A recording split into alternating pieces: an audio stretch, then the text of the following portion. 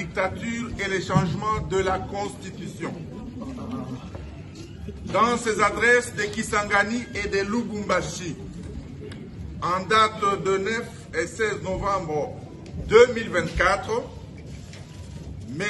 Félix Tshisekedi Tshilombo a confirmé sa volonté de changer la Constitution du 18 février 2006 sous prétexte qu'elle n'est pas adaptée aux réalités congolaises, qu'elle a été rédigée par des étrangers et à l'étranger et qu'elle ne préserve pas la souveraineté nationale.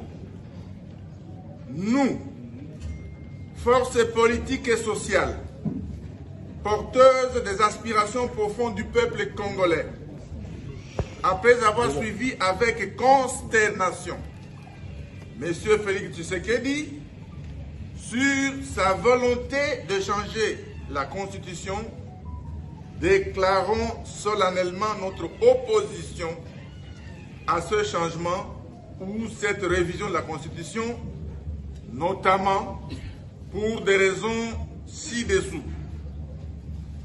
1.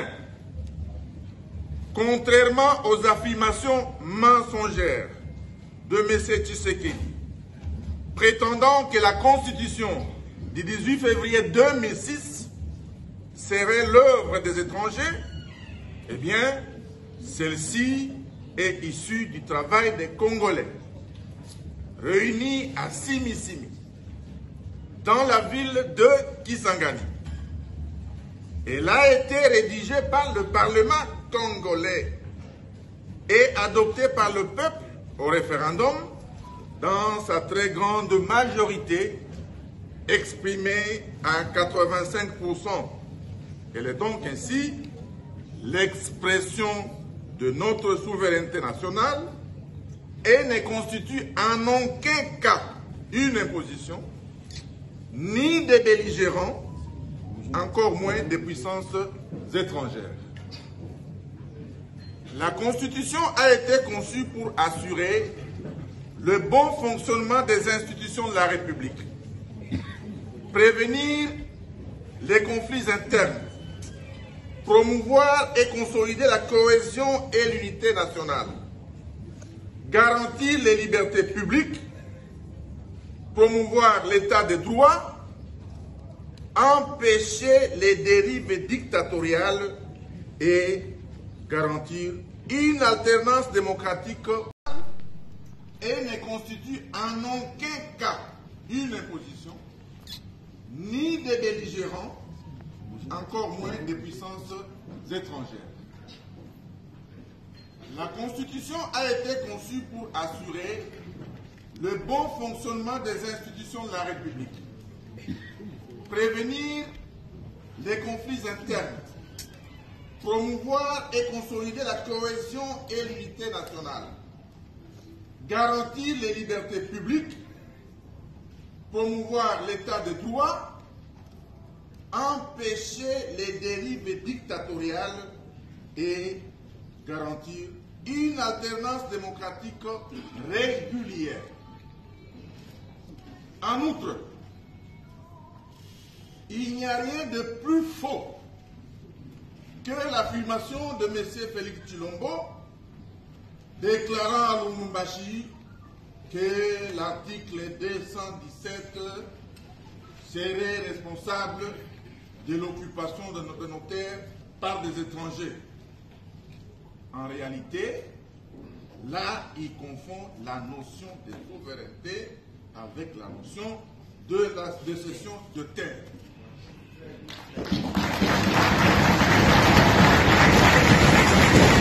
Aujourd'hui, de rappeler que dans notre pays, selon l'article 214, alinéa 2 de la Constitution, aucun millimètre, je dis bien aucun millimètre du territoire national ne peut être cédé à quiconque sans l'accord préalable du peuple congolais consulté par référendum. Voilà.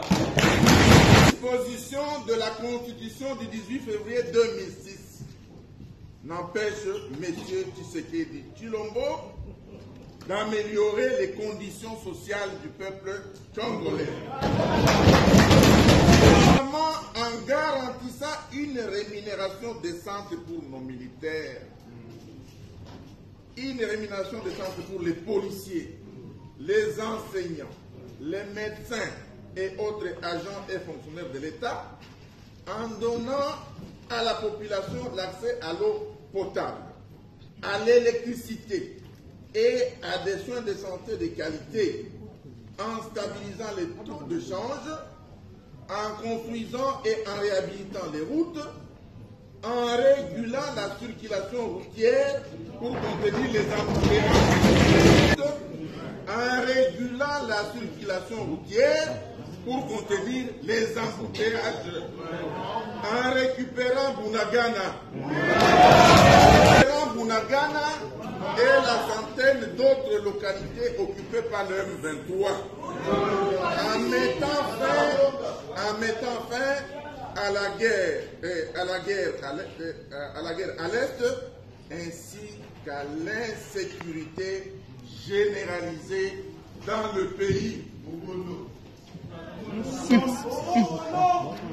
Nous sommes tous témoins de ce que la souffrance du peuple congolais a atteint des niveaux tragiques et insupportables.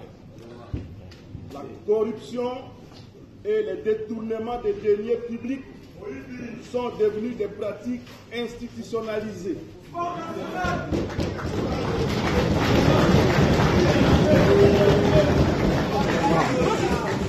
L'espace de liberté s'est gravement rétréci. La répression contre l'opposition a conduit jusqu'à l'ignoble assassinat de l'honorable Chérubin Okende. Les droits humains, le tribalisme, le népotisme, les arrestations arbitraires et détentions illégales des opposants, notamment à l'heure actuelle, Seth Kikouni, Jean-Marc Kaboun, Mike Mukebal et bien d'autres.